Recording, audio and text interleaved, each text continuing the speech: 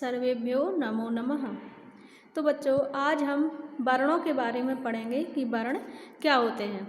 तो किसी भी छोटी से छोटी ध्वनि को हम वर्ण कह सकते हैं। छोटी से छोटी ध्वनि का मतलब है कि अब हम इनके और अधिक टुकड़े नहीं कर सकते हैं, अब हम इनको और खंडन नहीं कर सकते हैं, वो वर्ण होते हैं।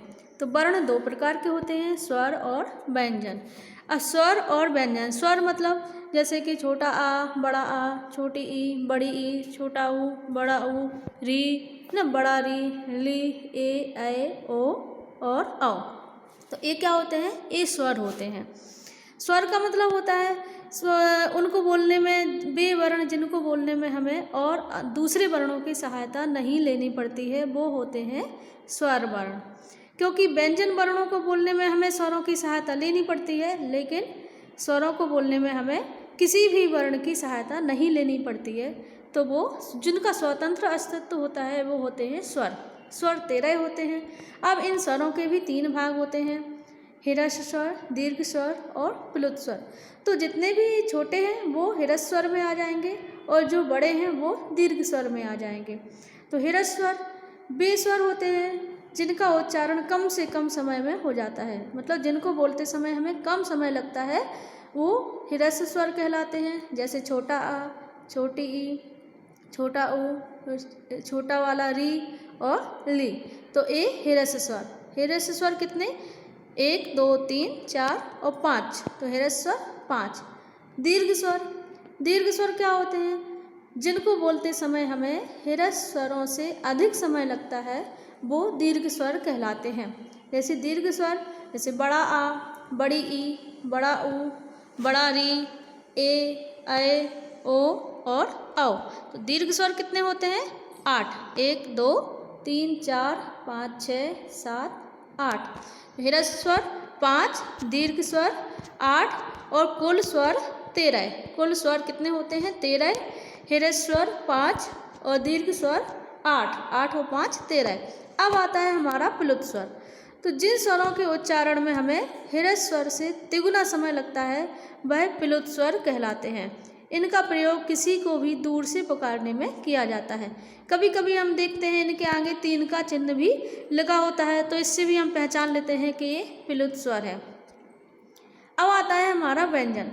व्यंजन वर्णों को बोलते समय हमें स्वरों की सहायता लेनी पड़ती है, लेकिन स्वरों को बोलते समय हमें किसी की भी सहायता नहीं लेनी पड़ती, और व्यंजनों को बोलते समय हमें स्वरों की सहायता लेनी पड़ती है।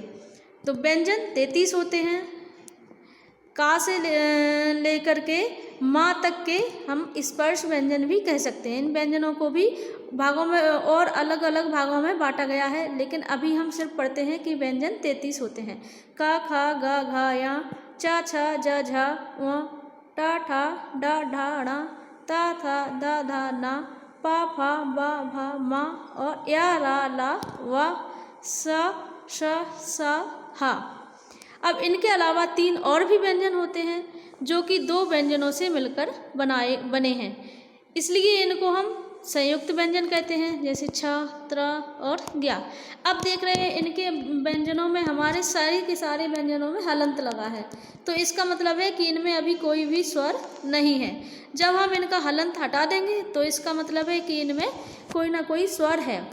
जैसे कि देखो, ये सभी व्यंजन स्वर रहित व्यंजन है, परंतु जब इन सभी व्यंजनों में स्वर लगता है तो इन व्यंजनों में लगा हलंत वाला चिन्ह हट जाता है। जैसे कि का, देखिए हलंत वाला है, अगर हम इसमें आ मिला देंगे तो इसका हलंत हट जाएगा।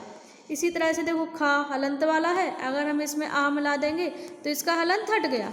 हलंत लगा है इसका मतलब है कि इसमें कोई स्वर नहीं है, और हलंत नहीं लगा है इसका मतलब है कि इसमें कोई स्वर है।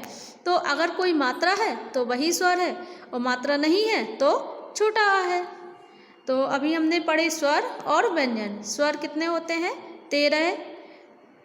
स्वर 3 प्रकार के होते हैं, ह्रस्व स्वर, दीर्घ स्वर और प्लुत स्वर। ह्रस्व स्वर 5, ह्रस्व स्वर 5, दीर्घ स्वर 8, टोटल स्वर 13, व्यंजन 33, संयुक्त व्यंजन 3।